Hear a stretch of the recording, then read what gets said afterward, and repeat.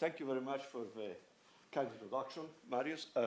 Can you all hear me? I have a tendency to move up and down. I cannot really stay in one place, but if I'm over here, can you still hear me with another microphone? Good. I'll try to be in my best behavior. So, given that these were about challenges for computational intelligence, I had two options. One was to talk about what I've done, which I could do blindfolded and half asleep, which I am, due to time jet lag.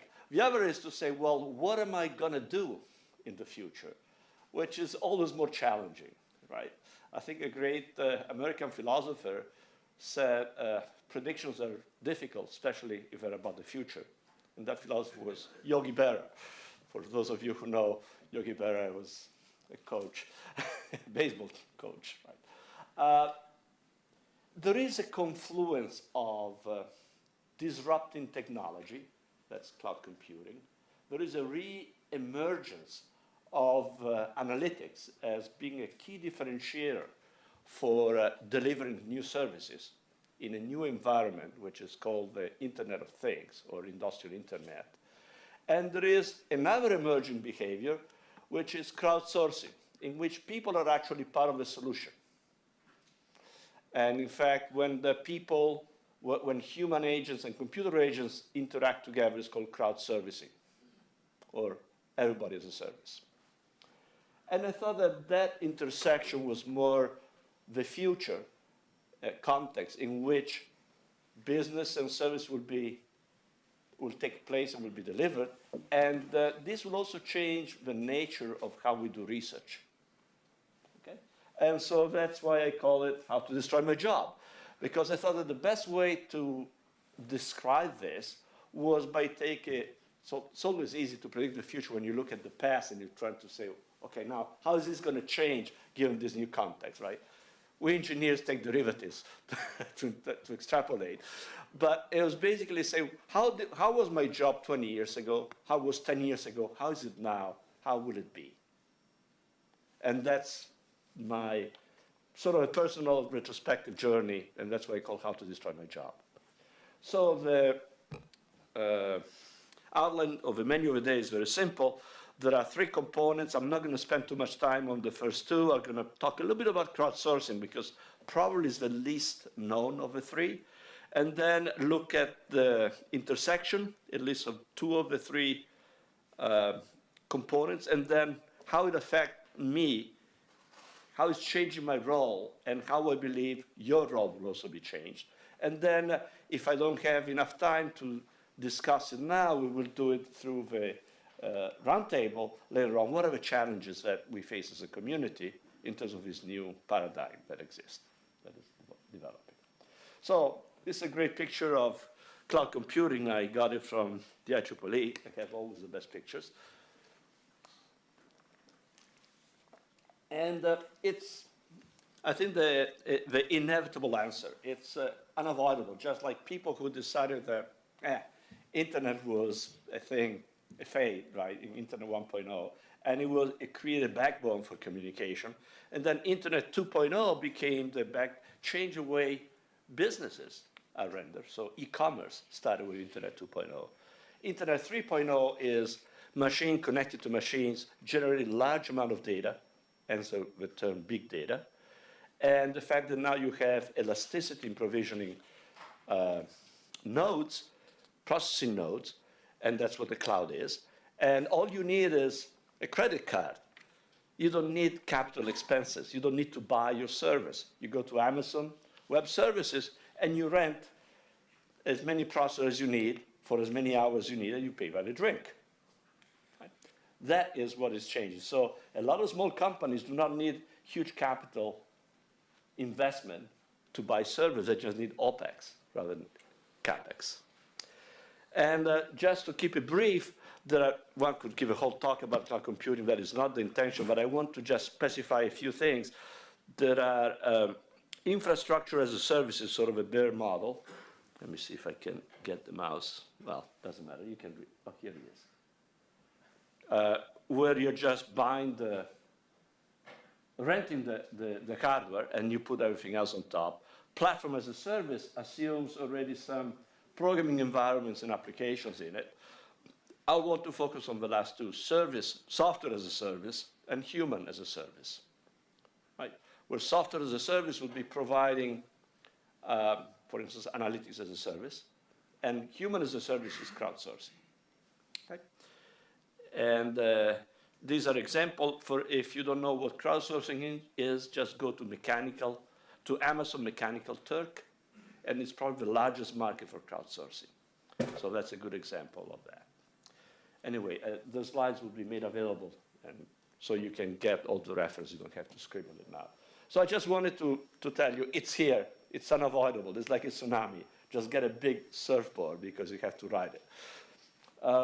Analytics is the secret sauce, is what we've done for many, many years. We know how to develop models. There is a methodology for that. What I'm telling you is that methodology does not scale up.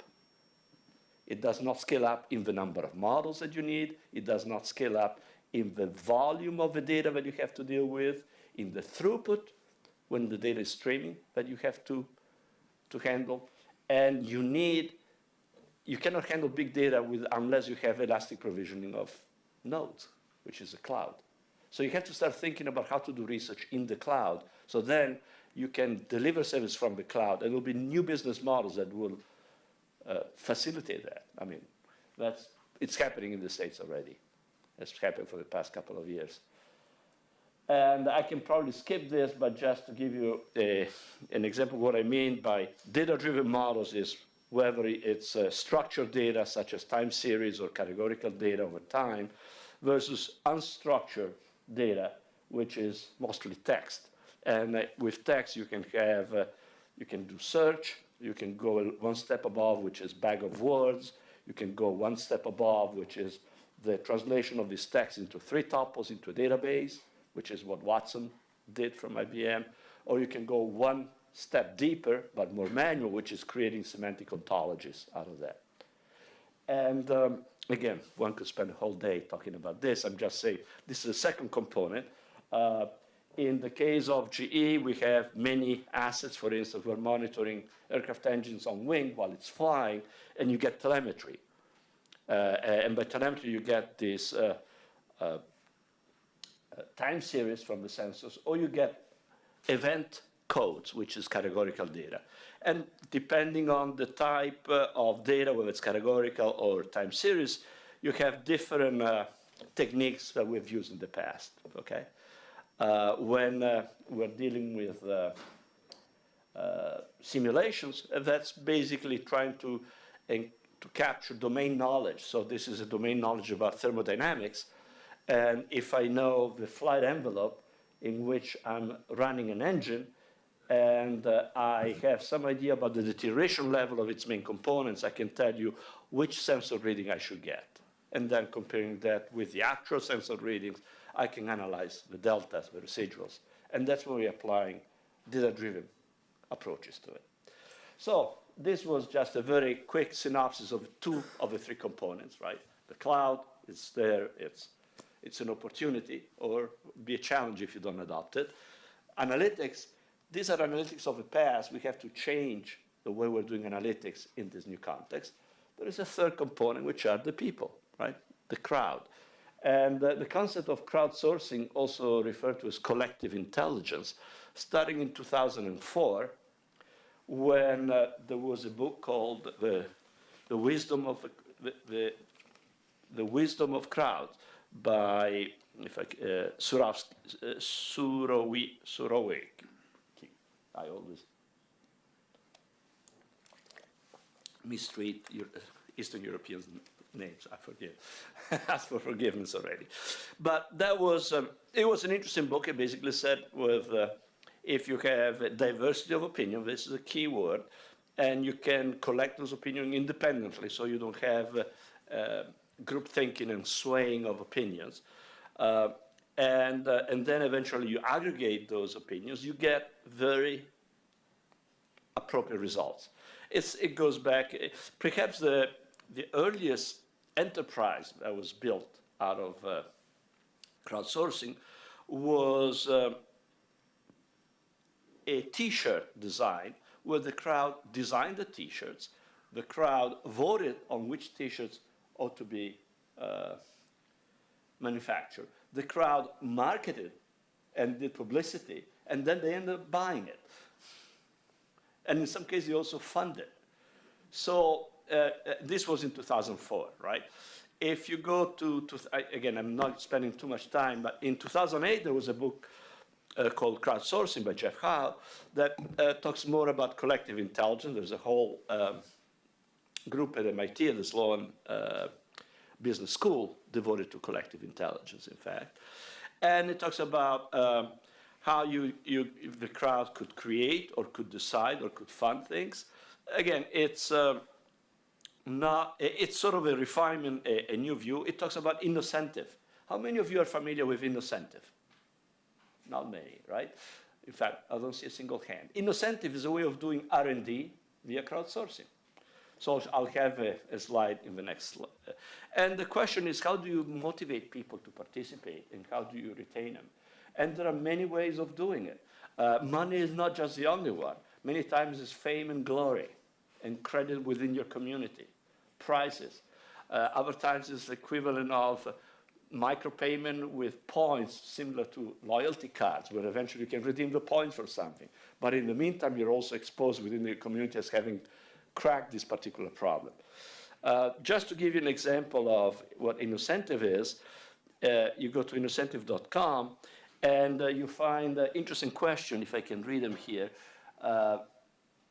Sort of, how can I use an augmented camera, so a camera with augmented reality, or something about perfumes and molecules for chemical engineers who can solve that. So there are people who say, hey, I have this problem. I'm going to put a small award. If you have any idea, which is either IP3 or I can use the IPs to implement the solution, go ahead and submit it. And you have a large number of contributors submitting to this. So I'm not saying that it replaces R&D, it augments R&D companies.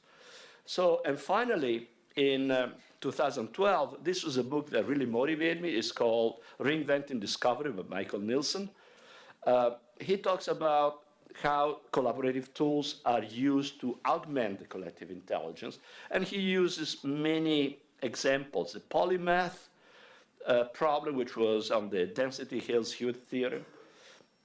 Density-Hales-Hewitt theorem is basically in a 3x3 matrix, which is the simplest to tell, is how many points I can put in each cell of this matrix without creating a line, right? And clearly the number is 6, because as soon as you put a 7th, you'll be connecting some lines. But do that on an n by n in many dimensions, and it's not trivial anymore. And that's what these mathematicians were trying to solve. So there is an interesting quote by Tim Gowers. Tim Gowers, by the way, received the Field Award, the Field Medal, which is the Nobel equivalent in mathematics. You all know why there is no Nobel Prize for mathematics, right? Nobel's wife had an affair with a mathematician. And so Nobel decided there wouldn't be any prize for mathematicians, as the field. And so he basically started with a blog and having other mathematicians contributing to it. And basically he said that polymath process is to normal research as driving is to pushing a car. So that's how much it was amplified. They end up solving not just the particular theorem, but the most generic problem of which that specific problem was an instance. And this goes on. In 1999, Kasparov versus the world was an interesting chess match with Kasparov on one play, on one side, and the whole world on the other side. And the whole world was suggesting plays. There were some coordinators who were accepting the submission and making the decision, but more importantly, there was a publicly accessible analysis tree showing moves and counter moves. That is, they start digesting the analysis and sending it back to the crowd. So you always had an amplification of that knowledge. And this is just an example of how tools can work on that. And finally, and because I have to carry on, otherwise I'll never finish, to complete this part, there's Galaxy Zoo. And Galaxy Zoo, let me just give you an example, is a way in which over 250,000 people are classifying the shape of galaxies, right? Then you had Galaxy Moon, where people start looking at the diameter and shape of craters on the moon. And this is called citizen science. Okay, so you have people participating in tasks that have been packaged in a way that can be parceled out with a minimum amount of information and skill sets. But that is not the only way of doing crowdsourcing. You may also do crowdsourcing internally in an organization with your own expert, where the talent skill is much higher. The problem has not been parceled out very cleanly, and they're solving the problem together through interaction, or they're solving part of the problem, and the other part, maybe the heavy lifting is done through computers or an analytic engine. This concludes the three components individually, right? Now I want to look at the intersection of them. Unfortunately, someone already did it for me, and that's the AMP or AMP lab at UC Berkeley, where A stands for algorithm, M for machine, and P for people. And it shows how different entries, right, fall in this space. And finally, how they're looking at the intersection of all three. So I strongly recommend you that you go to their site. And basically, in a few words, they're saying machine learning, if you're doing it in the cloud, should be such that you understand at the meta level the complexity and performance of the algorithm that you're using, so you can use anytime machine learning.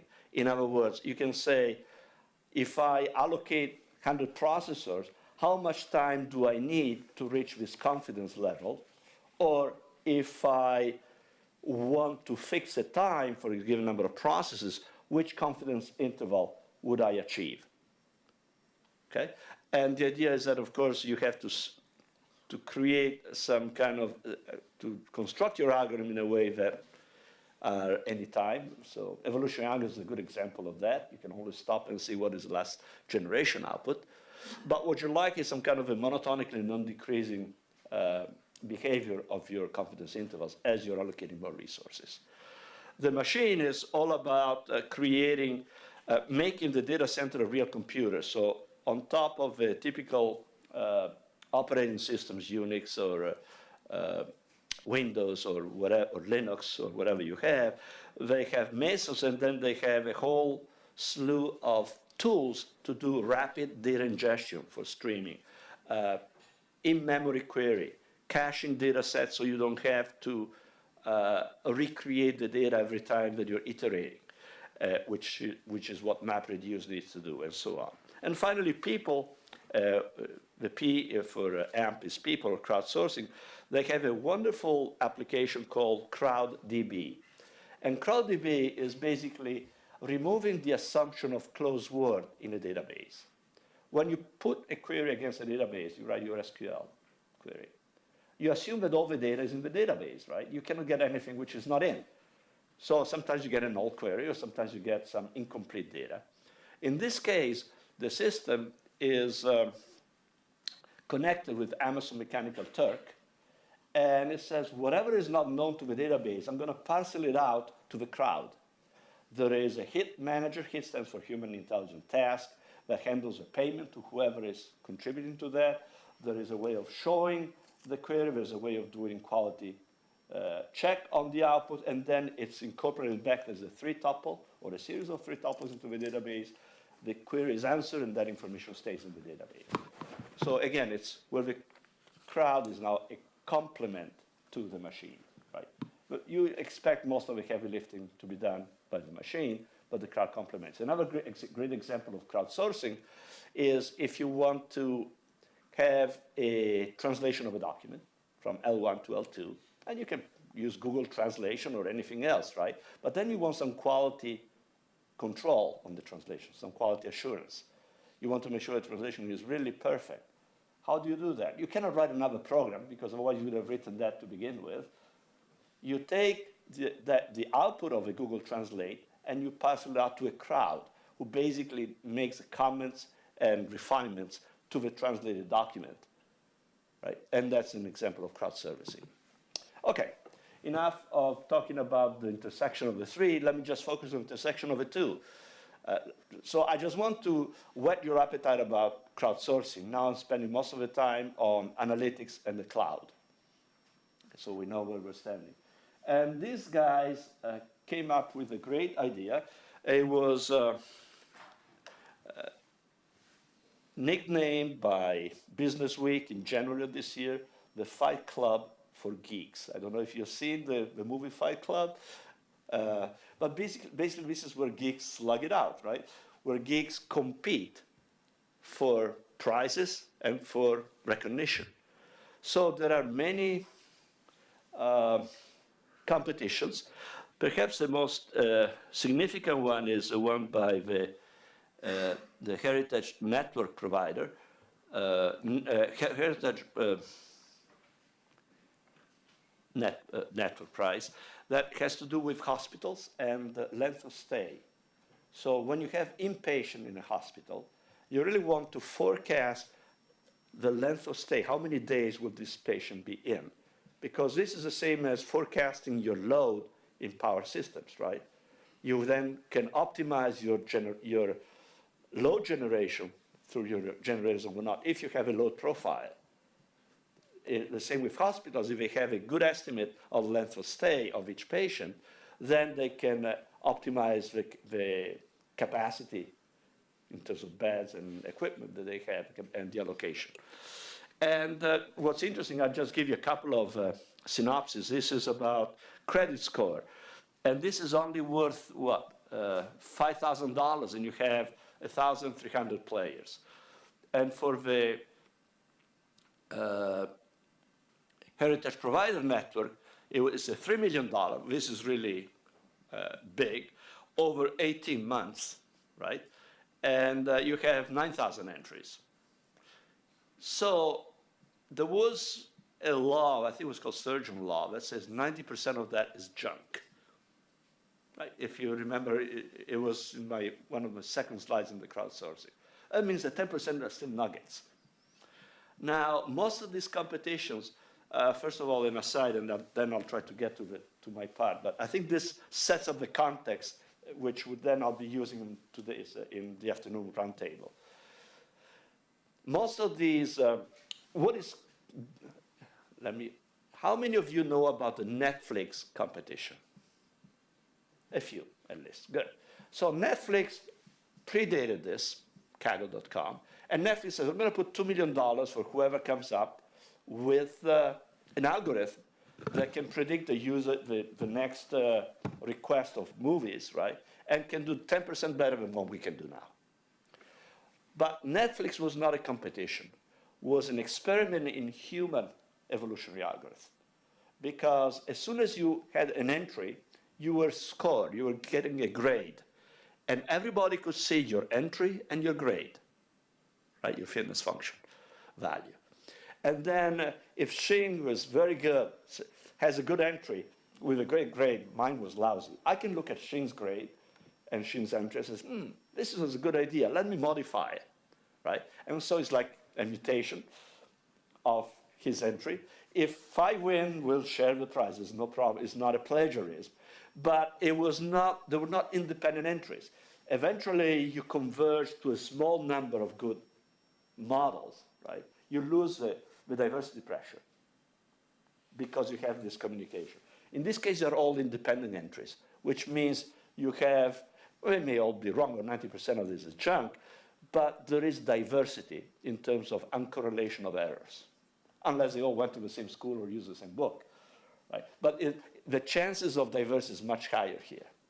So what I'm saying is I could use maybe 1,000 of these 9,000 models to do a lot of good, better than just using the best model. And this leads to the concept of fusion, which is my third point. Any questions so far? How much time do I have left, Mario, so I can skip? 10 more minutes? Okay, I have 22 minutes elapsed, so I'll aim for the 40 minutes. yeah, what about my job? Because I care about my job. And I said, really, when I was young, you can tell by the beard, the length of the hair, the plenty of hair and the lack of any white hair or white beard. When I was a knowledge engineer and AI was at its peak, right?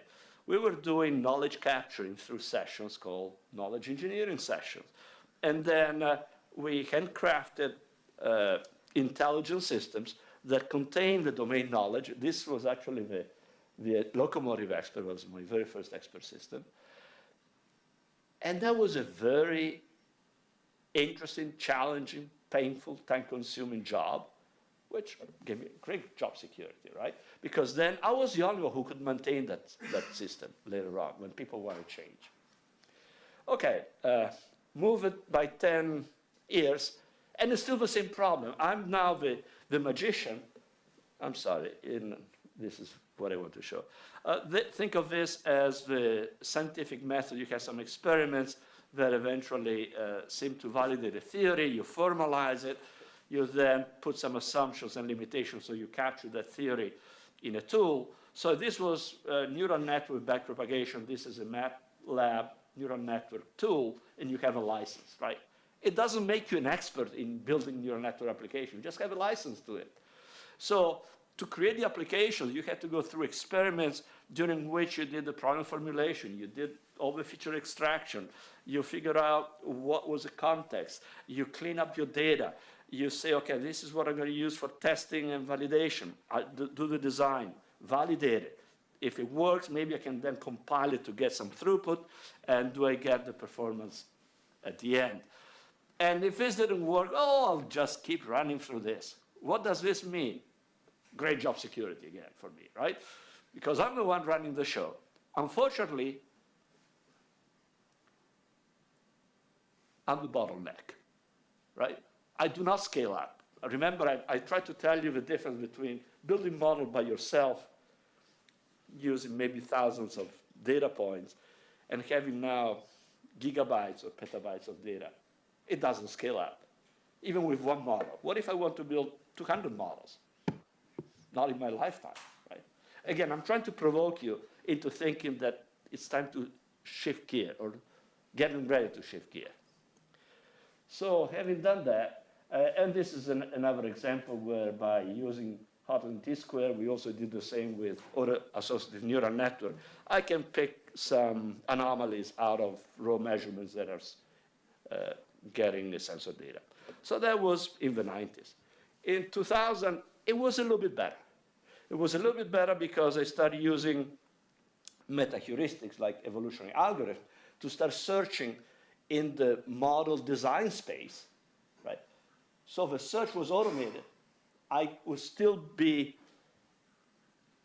intervening, but now at the meta level, trying to clean up the reference set that the meta heuristic was using. So I'm basically saying, over time, when we use this, for instance, to deploy an automated insurance policy underwriter, where when underwriters are trying to assess the risk of an applicant to determine the premium. But then you have medical knowledge advancing and telling you, you know what, it's not the cholesterol level that matters, it's the cholesterol ratio between good and bad cholesterol. And then you have new tests that were available. And then the government allows you to ask additional questions, which you could not ask before. So you have new inputs, you have new knowledge, you have to maintain the automated system you've deployed already, otherwise it becomes obsolete. It's not just the process of developing the system, it's the process of maintaining the system to avoid obsolescence. It's the life cycle of that process. And so if you use the process to generate it, all I had to do was go back to my evolutionary algorithm and edit the training set to say, would the decisions made in the past still valid now in the light of these new advances of science and knowledge that I had? And so basically by editing the output, not me, but three experienced underwriters on selected output, I could then say, okay, now I have a new target, evolutionary algorithm will find me the best algorithm for this new target, right? So I'm using now some tools to stay afloat, to cope with complexity of life cycle, modern life cycle, and I'm still employed, which is good, right? So this is an example of a digital underwriter that I just described. I'm going to skip it because I want to get to the last point, and so I call this is a curse of the cloud. I don't know. But at best, I'll be a part-time magician. Let me explain you why, and then I will quickly switch to the results of some experiments, and then I'll continue this insight during this roundtable to do some time management. We have seen already the concept of crowdsourcing, right? Amazon Mechanical Turk. Foldit is an example in which a problem was casted in terms of a game, and the gaming community solved a problem that bioinformatics or biologists had not been able to solve with molecular folding for decades. Okay? And they did it for fame and glory. And I already talked about Kaggle. There are, and Innocentive, there are other tuned ID and crowd analytics, but again, they're sites where we're hosting competition of analytics model building against a particular requirement.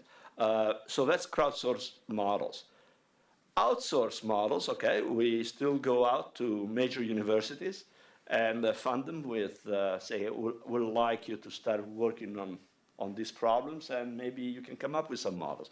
In particular, we're working with MIT, and they're using genetic programming in the cloud to evolve a large number of symbolic regressors, which I'll be showing you in my results later on. So I use that as a surrogate for the Kaggle.com, right? Instead of having people submitting those entries, I have a GP in an island framework with a lot of diversity injected in it. So we have different function sets in different islands, basis function in different islands, and including different grammar, and different feature subset in different islands again. And then we had a Pareto between diversity and performance to get a very large variety of that. That's, I think I just mentioned, that iScale is our own internal way of doing, using differential evolution in model space to come up with tuning and optimization of different models and coming up with a large number of them. And finally, by the way, this is where I work. It's still me. Remember, the whole talk is about me, right? And how I'm becoming smaller and smaller. And we can develop, there are some techniques that we became reasonably confident and comfortable with, and we're developing models. But the point is, right, let me go to the next one. So this is me, and this is where I work, and with my colleagues, we can probably get up to 10 models, right, for a particular problem. Evolution algorithms in the cloud, hundreds of models, easily. Outsourced models, maybe in the tens because still manual, but crowdsourced in the thousands, right? And this is using sort of a virtual version of me in the cloud to do model creation already in the cloud. So the point is now I can have thousands of models that are relevant to specific queries in the problem. And the query could be, read my data and tell me if everything is normal or something is abnormal. If it's abnormal, what caused it? That's diagnostic. From anomaly detection, we go to diagnostics. Tell me how much life I have left, remaining useful life. That's prognostics, which basically gives me a horizon for, do I have to take an action immediately for safety? Or if I have 2 weeks, how can I allocate my resources, change my future production and load? Maybe I can derate your load so you last a little bit longer, so then I can accommodate you within my repair shops and whatnot. Okay, so that's your optimization horizon. All this puts me out of work, right? So what I'm saying is, well, if you cannot compete with all these other guys, you ought to be putting some smart here in the cloud when you're doing service delivery. And that's where the remaining 8 minutes I have left, I hope, of my talk is. And I'm going to sketch this very quickly. Just the first two steps is, for each model, I have to create meta information. I have to tag the model and say, what is the sweet spot of this model? If this model was, let's assume it's supervised learning. This model has a training set. I need to know what is the hypervolume that contains all the points in the training set, right? Simply min and max on each of the feature space, of each of the features in the feature space. Then if you ask me a query, I can say, is the query inside or outside that hyper rectangle, right? If it's inside, at least I'm not extrapolating. But if it's inside and far away, I know that it may be a stretch to use those models. So, but I can do that without knowing which model it was, how it was built, who built it. I just need to know the pedigree of how it was built. And then the next one is, can I somehow capture the performance of that model in different regions of its applicability space? And the best way that I know of for creating this is using hyperplace and a card tree, which is using the error that the model has made when it was used. There are additional steps to this, which I'll skip for brevity because they're not needed as much as these two. And I'll go to the experiments. So the first experiment was to say, we are trying to predict the load that a power plant can generate by burning coal. We want to predict the NOx, which is the emissions, that it would be generated with the settings required to generate the load, right? Because you bid on the load as a utility. And then, as a result, you have emissions, and you burn coal, and heat rate is just 1 over the product of the efficiency of your boiler and turbine, okay? So you want to meet the load, that's an inequality constraint. You have inequality constraining SO and CO, just want to make sure it's legal, nothing more to it. But then you have an optimization between NOx and heat rate because you want high temperature for efficiency, but with high temperature you have high NOx. And so initially we trained a 30 neural network using bootstrapping, and that was okay. And when I then used our methodology, it's easier to see the standard deviation of the error versus the MEM, the mean absolute error. These were all the 30 models. This was the average of those models. And these two were two different experiments for different granularity of the cut trees obtained by our method. This was for the load, the NOx, and the heat rate. So in all cases, we had some significant, statistically significant gains in both standard deviation as well as MAE. Then I told my MIT friends to say, hey, why don't you build me some symbolic regressions? And they did. We had somewhere between 36 and 47 regressors, each for each of the output.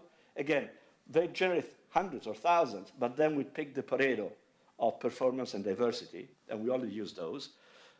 And again, these were the models with the baseline of just the average of those models, and these were the results of our corrections with dynamic bias compensation and relevant weighting for load and NOx and heat rate. Again, pretty significant. And then I said, well, since I have them, let's put them all together. So now I had around 70 models. And again, the gains are not as significant as before. At a certain point, you saturate. It's like when you're running random forest, for those of you who are familiar with random forest.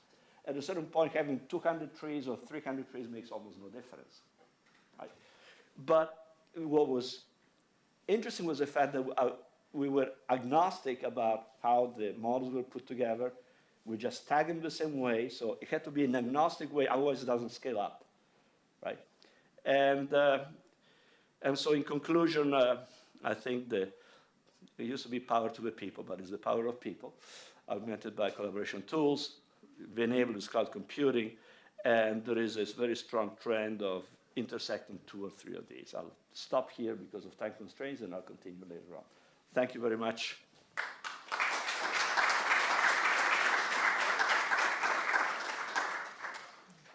Questions? Is that your hint? No. Questions? Please. I'm just curious about this crowdsourcing R&D you mentioned before. Yeah.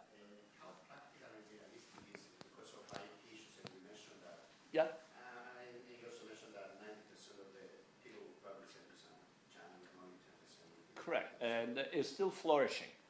In fact, every other month I see new sites that are promoting this. So there's another one interesting called Stack Exchange, not stock, but Stack, S-T-A-C-K, exchange.com, which is basically a Q&A on scientific issues, right? Powered by the crowd.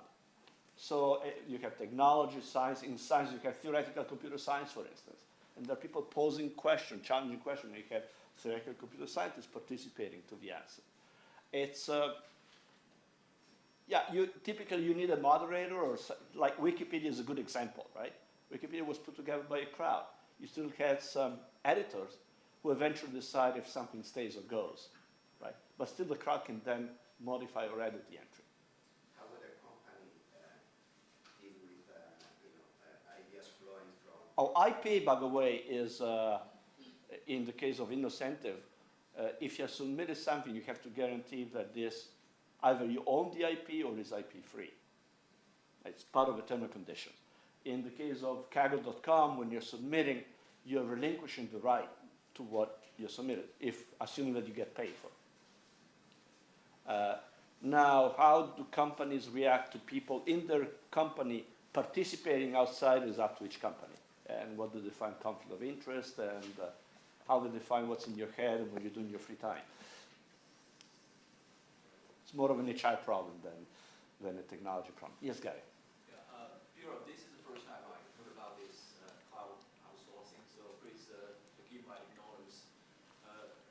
What you mentioned that all this data, the idea that provided, I think it's all being checked and validated by the moderator. That's the only mechanism? It's not the only mechanism, but sometimes you want machines to validate it. For instance, at Berkeley, they're just looking at the bias in the crowd, and can I use machine learning to remove that bias? It's a very flourishing area of research. What is the catch for anyone to contribute their IP into this process? Why is anyone would love to respond to it? There are many motivations, as I said. Fame and glory is mostly a recognition. Why do we put so much volunteer time in IEEE? Yeah. Right? It's not for the money. That's for sure. It's an example, but. Interesting, yeah. Okay, thank you very much. Thank you very much. Great talk.